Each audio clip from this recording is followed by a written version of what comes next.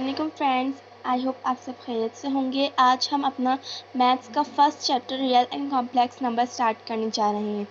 जब हम real and complex number का हम एक्सरसाइज खोलेंगे तो हमारे पास सबसे पहले एक गिवन हमारे पास चार्ट होगा जिसमें हमें बताना है terminating decimal fraction, non terminating recurring decimal fraction और non terminating non recurring decimal fraction क्या होते हैं। तो बेसिकली हमारे पास टर्मिनेटिंग डेसिमल फ्रैक्शंस वो डेसिमल फ्रैक्शंस होते हैं जिसमें हमारे पास अगर हम उसका मतलब के सॉल्व करें तो हमारे पास उसका आंसर गिवन हो और हमें पता हो उसका एंड पॉइंट क्या है। जस्ट लाइक हमारे पास एक गिवन है, हमारे पास ये वैल्यू 1/2। तो जब हम इसको एक सॉल्व कर रहे हैं तो हमारे पास आंसर आ रहा है 0.5। हमारे पास इसका एंड पॉइंट गिवन है 0.5, तो हमें इसको हम कहेंगे टर्मिनेटिंग डेसिमल फ्रैक्शन। और हमारे पास यहाँ पर सेकंड एग्जांपल मौजूद है 1/4 इक्वल्स टू 0.25। मीन्स हमारे पास एक एंड पॉइंट गिवन है 2 2 के बाद हमारे पास 5 एंड पॉइंट है। मीन्स हमारे पास ये भी टर्मिनेटिंग डेसिमल फ्रैक्शन है। अब हम आते हैं non terminating recurring decimal fraction. Recurring means repeating. जब 1/3 जब हम इसको सॉल्व करेंगे इस वैल्यू को तो हमारे पास एक वैल्यू गिवन है 0.333 एंड सो ऑन।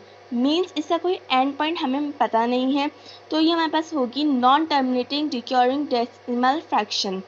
सही। अब आ जाते हैं हम non terminating non recurring decimal fraction. ये वो फ्रैक्शन है जिसमें हमारे पास ऐसा है कि हमारे पास रिपीटिंग वैल्यूज़ ना आ रही हो पॉइंट के बाद। Basically non terminating recurring decimal fraction में हमारे पास ये होता है कि एक वैल्यू बार बार रिपीट हो रही होती है। Means 818181 and so on. जबकि हमारे पास नॉन टर्मिनेटिंग नॉन रिकरिंग में ऐसा नहीं है। इसमें हमारे पास वैल्यूज़ पॉइंट के बाद चेंज हो रही होती हैं और हमें जैसे कि पता है नॉन टर्मिनेटिंग है तो हमारे पास कोई पॉइंट, हमारे पास एंड पॉइंट नहीं गिवन। और हमारे पास non terminating non recurring decimal fraction जो होता है वो अक्सर हमारे पास इरेशनल वैल्यूज़ में होता है।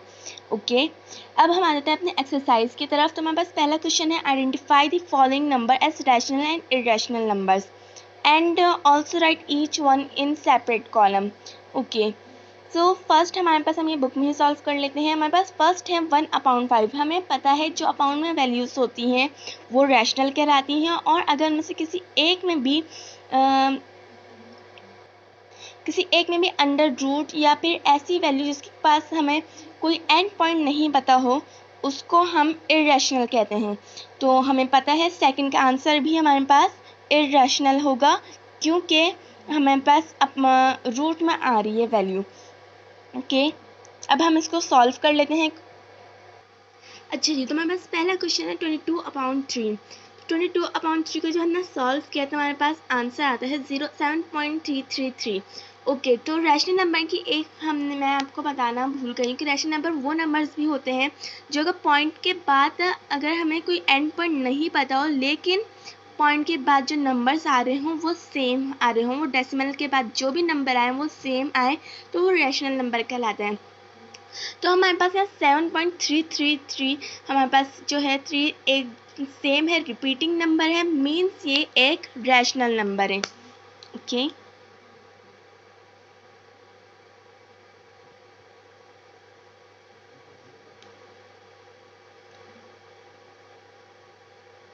अब आ जाते हैं हम अपने दूसरे एग्जाम्पल की तरफ। हमारे पास गिवन है पाई। सही, पाई की वैल्यू हम सबको मालूम है 3.141 एंड सो ऑन। इसका मतलब मैंने आपको बताया कि इरेशनल में अगर हमारे पास वो नंबर्स होते हैं जो रूट के अंदर आते हों या फिर वो नंबर्स जो उनका हमें एंड पर ना पता हो और वो सेम ना हो। मीन्स हमारे पास यहाँ रैशनल नंबर पर रिपीटिंग नंबर्स आ रहे थे लेकिन पाई में हमारे पास रिपीटिंग नंबर नहीं आते। सो मीन्स हमारे पास ये जो है ये एक इरेशनल वैल्यू है।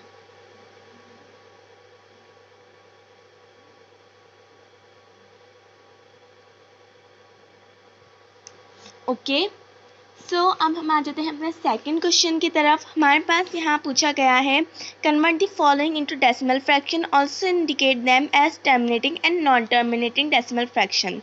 ओके जी, तो हम आए थे अपने फर्स्ट क्वेश्चन की तरफ जो कि हमारे पास है 5/3 8। जब हम इस 5/8 को सॉल्व करते हैं तो हमारे पास वैल्यू आ जाती है 0.625। ओके,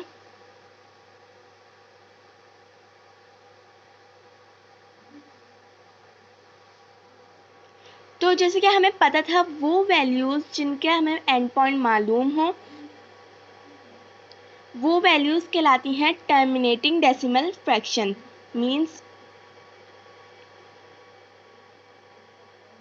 ओके, तो हमें ये मालूम है वो वैल्यूज़ जो हमारे पास जिनका हमें एंड पॉइंट मालूम हो सॉल्व करने के बाद, तो हमारे पास वो टर्मिनेटिंग डेसिमल फ्रैक्शन कहलाता है। ऐसे हमारे पास एक सेकंड क्वेश्चन है 50/76। ओके, तो जब हम इसे सॉल्व करते हैं तो सॉल्व करने में हमारे पास वैल्यू आ जाती है 0.657 एंड सो ऑन। तो हम इसका हमें देखें 0.657 एंड सो ऑन। सही, तो फर्स्ट ऑफ ऑल हमें ये बात पता है कि एक तो ये रिपीटिंग वैल्यूज़ नहीं है और हमें कोई इसका एंड पॉइंट नहीं पता। अगर इसकी कोई रिपीटिंग वैल्यूज़ होती तो हमारे पास ये कहलाता नॉन टर्मिनेटिंग रिकरिंग। सही, लेकिन डेसिमल फ्रैक्शन, बट यहाँ पे कोई रिपीटिंग वैल्यूज़ नहीं गिवन है तो ये कहलाएगा, तो ये हमारे पास कहलाएगा non terminating non recurring decimal fraction. But हमसे यहाँ पूछा गया है नॉन टर्मिनेटिंग बताना है और टर्मिनेटिंग बताना है, तो हम यहाँ लिखेंगे नॉन टर्मिनेटिंग क्योंकि हमें इसका कोई एंड पॉइंट नहीं पता। सही, ओके। अगर हमसे यहाँ पूछा जाए कि ये non terminating recurring decimal fraction है या नॉन टर्मिनेटिंग नॉन रिकरिंग है, तो मीन्स हमारे पास यहाँ आंसर आएगा नॉन टर्मिनेटिंग नॉन रिकरिंग, क्योंकि हमारे पास ये वैल्यूज सेम नहीं आ रही, रिपीटिंग वैल्यूज हमारे पास नहीं है। ओके जी, तो हमारे पास अब थर्ड क्वेश्चन गिवन है represent the following rational numbers on number line. तो हमारे पास यहाँ पे गिवन है 8/10। तो इसको हम अब नंबर लाइन में ऐसे सपोज करेंगे कि हम पहले कर लेंगे 8/10 को सॉल्व। ठीक है, तो 8/10 हमें पता है, अगर हम इसको डिवाइड 10 को हमारे पास डिवाइड करने पे हमारे पास आ रहा है 0.8। ओके ओके, तो हमारे पास नंबर लाइन में शो करने के लिए हमने यहाँ पर 0 से लेके 1 तक के जितने भी नंबर 1 तक के दरमियान जितने भी नंबर्स आते हैं वो लिख लिए हैं।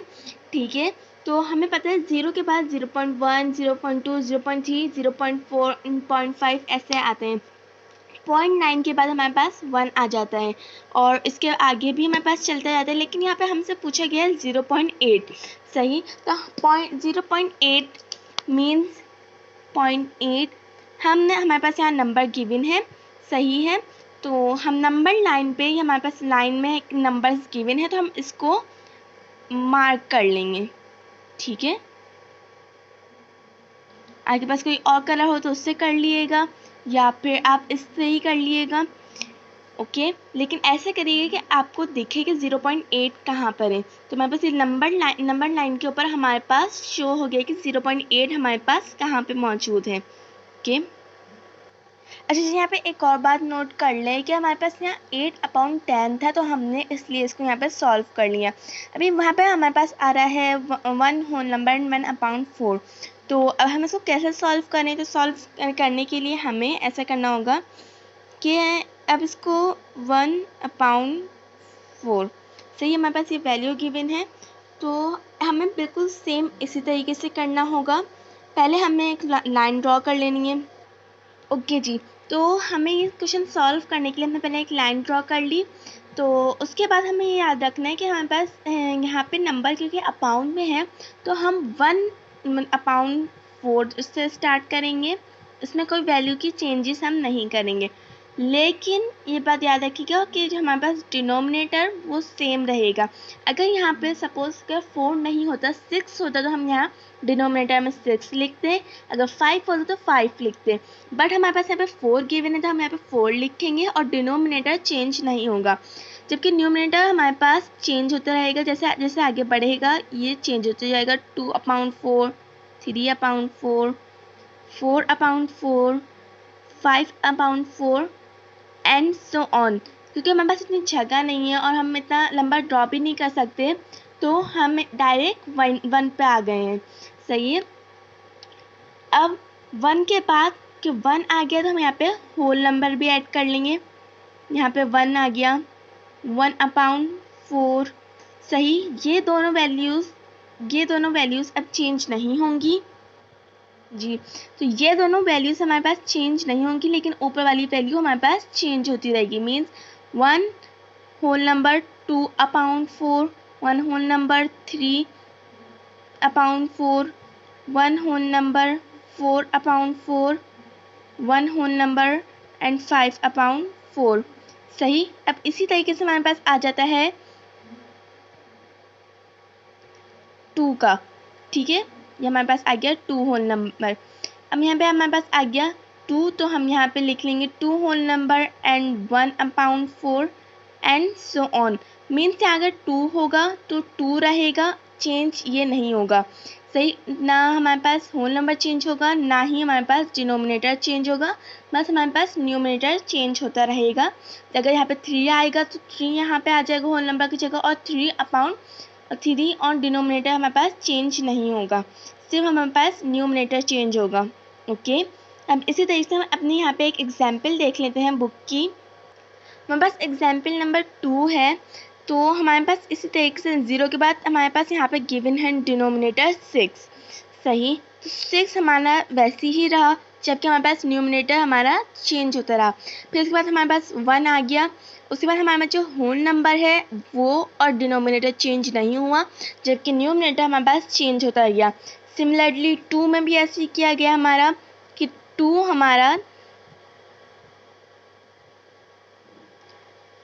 हमारा सेम रहा, डिनोमिनेटर भी हमारा सेम रहा, लेकिन न्यूमिनेटर हमारा सेम नहीं रहा, चेंज होता रहा आगे के साथ, आगे बढ़ते के साथ। इसी तरीके से हमारे पास 3 में भी ऐसे ही होगा। ओके, तो अब हमारे पास क्वेश्चन नंबर 4 है। Can you make a list of all rational numbers between 1 and 2। सही। तो 1 एंड 2 के बीच में अगर हम इसको, हमारे पास 1 एंड 2 के दरमियान जो होगा हमारे पास, वो हमारे पास 11/10 and 12/10, 13/10, 14/10 and 15/10 and so on, बहुत सारे हैं। सही, जिनसे हमने कुछ स्पेसिफिक लिख लिए हैं। अब इसका रीज़न ये है कि जब हम 11/10 को डिवाइड करेंगे तो हमारे पास आंसर आएगा 1.1। सही। इसी तरीके से 12/10 को हम अगर सॉल्व करेंगे तो हमारे पास आंसर आएगा 1.2। ओके। इसी तरीके से अगर हम करेंगे 15/10 तो हमारे पास आंसर आएगा 1.5। ओके। तो ये हमारे पास है 1 एंड 2 के दरमियान के कुछ, क्योंकि उन्होंने सारे तो हम नहीं लिख सकते, तो हमने इसमें से कुछ स्पेसिफिक नंबर्स ले लिए हैं, जबकि बुक्स में जो नंबर लिखे गए हैं वो इनमें से कुछ ये हैं। ओके जी, तो हमारे पास कुछ जो बुक के पीछे दिए हुए हैं वो ये हैं 3/2, 5/4, 9/8 एंड 7/4, जिसमें से हम अगर देख लें 3/2 तो हमारे पास उसका आंसर आ रहा है हमारे पास 1.5। सही। जबकि हम अगर करें 5/4 इक्वल्स टू हमारे पास आ रहा है 1.25। ठीक है। जैसे मैंने आपको बताया कि एक नंबर के बीच में बहुत सारे मतलब नंबर्स आते हैं। सही। तो इसी तरीके से हमारे पास 3/2 की वैल्यू भी हमारे पास आ रही है 1.5, और 5/4 की हमारे पास आ रही है 1.25। ठीक है। आप इसको सेंटीमीटर से में भी कर सकते हो, माइक्रोमीटर में भी कर सकते हो, और मिलीमीटर में भी कर सकते हो, ये आपके ऊपर है, सिर्फ आपने रैशनल नंबर बताना है। ठीक है। तो ये भी सही है, ये भी सही है। ओके। आपने क्योंकि उनको रैशनल नंबर बताने तो आप माइक्रोमीटर में भी बता सकते हो और मिलीमीटर में भी बता सकते हो। अब हम आगे बढ़ते हैं अपने 5th क्वेश्चन के ऊपर। ओके, तो हमारे पास क्वेश्चन 5 है जिसमें हमसे पूछा गया है give reason why pi is an irrational number. Okay, तो हम ये जानते हैं कि पाई की वैल्यू हमारे पास है 3.141592 and so on.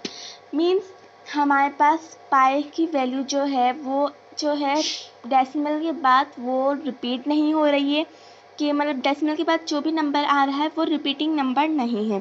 First of all हमारे पास एक ये रीज़न हो गया। सेकंड, हम पाई की वैल्यू को हम फ्रैक्शन नंबर में नहीं लिख सकते। मीन्स हमारे पास फ्रैक्शन नंबर है, for example A upon B, सही, तो हम पाई की वैल्यू को हम ऐसे फ्रैक्शन नंबर में नहीं लिख सकते, सही। तो pi is not equal to fraction number, सही। तो इसका हमारे पास जो होगा रीज़न ये होगा कि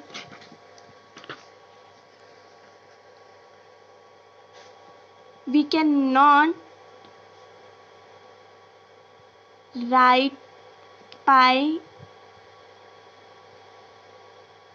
oh sorry, we cannot write pi as a rational number because we cannot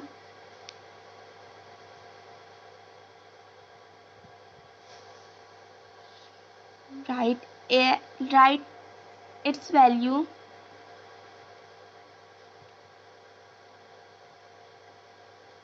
in fraction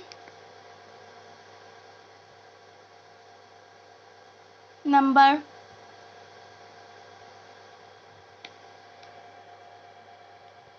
or its decimal value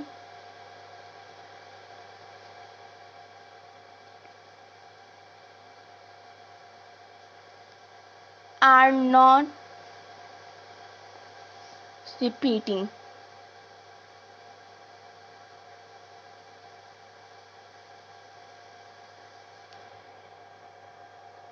सो हमारे पास एक क्वेश्चन 5 का हमारे पास हो गया रीज़न, सही। अब हम आते हैं अपने क्वेश्चन 6 की तरफ जो कि ट्रू फॉल्स है।